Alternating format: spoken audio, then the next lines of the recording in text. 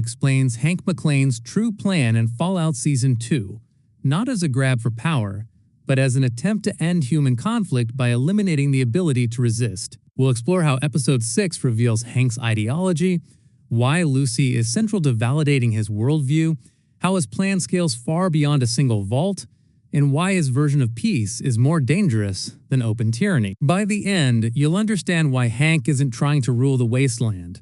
He's trying to make it stop arguing forever. Hank MacLean is not the kind of villain Fallout usually gives you. He doesn't bark orders, wear intimidating armor, or declare himself the future of humanity. He doesn't even see himself as a villain at all. Hank believes he is a solution, not to the wasteland, not to Vault-Tec's failures, but to humanity itself. And Episode 6 makes one thing clear. Hank's plan was never about control for its own sake. It was about ending conflict permanently, even if that meant ending choice along with it. She used to cook people for the Legion. Now she makes trail mix, and boy, is it tasty. At first glance, Hank looks almost reasonable. He speaks calmly. He explains his logic. He doesn't threaten Lucy. He talks to her. That alone should make you uneasy. Fallout has trained us to expect monsters who announce themselves loudly. Hank is different. He doesn't want chaos. He doesn't want conquest. He wants silence. And in a universe defined by violence, silence becomes the most terrifying goal of all. Hank's core belief is simple and horrifying in its simplicity. Humanity cannot be trusted with free will. In his mind, every catastrophe in Fallout's history traces back to the same source. The Great War happened because nations disagreed. The wasteland is violent because factions refuse to cooperate. Vaults collapse from within because people question authority. To Hank, these are not moral failures. They are design flaws. Human beings, when given the ability to choose, inevitably choose conflict. This is where Hank diverges from traditional Fallout antagonists. He isn't trying to rebuild civilization in his image. He isn't purifying humanity or enforcing ideology through brute force. He believes ideology itself is the problem. His solution isn't extermination or domination. It's compliance. Specifically, neurological compliance. The brain control chips Hank is developing are not about erasing identity. That detail matters. His subjects still speak. They still think. They still remember who they are. What's missing is dissent. The capacity to oppose authority has been surgically removed. So many people need our help. In Hank's worldview, this is humane. No suffering caused by rebellion. No punishment required. Just peaceful coexistence enforced at the neurological level. From Hank's perspective, this is mercy. He believes he's saving people from themselves. What makes Episode 6 so effective is that it doesn't frame Hank as obviously wrong. Instead, it lets his logic breathe. Hank shows Lucy-controlled individuals from opposing factions existing without violence. Former enemies working side by side. The scene is designed to make you uncomfortable not because it's chaotic, but because it's calm. This is a world where conflict has been solved, not through understanding, but through removal. And this is where Lucy becomes central. Lucy isn't just Hank's daughter. She's his moral benchmark. If Hank only wanted obedience, he could force her compliance instantly. He doesn't. He explains. He demonstrates. He argues. That tells us something crucial. Hank doesn't just want his plan to work. He wants it to be right. Lucy represents everything Hank believes the world lost. Optimism. Empathy. The belief that people can choose better if given the chance. If Lucy can be convinced, then Hank's plan isn't just efficient. It's justified. That's why he frames the final choice as hers. Press the button. End the violence. Create peace. But this choice is an illusion. Hank believes in choice only as long as it leads to the correct conclusion. In his mind, free will is a temporary allowance, not a permanent right. Lucy is allowed to choose because Hank is convinced she will eventually agree with him. This is not respect for autonomy, it's confidence in inevitability.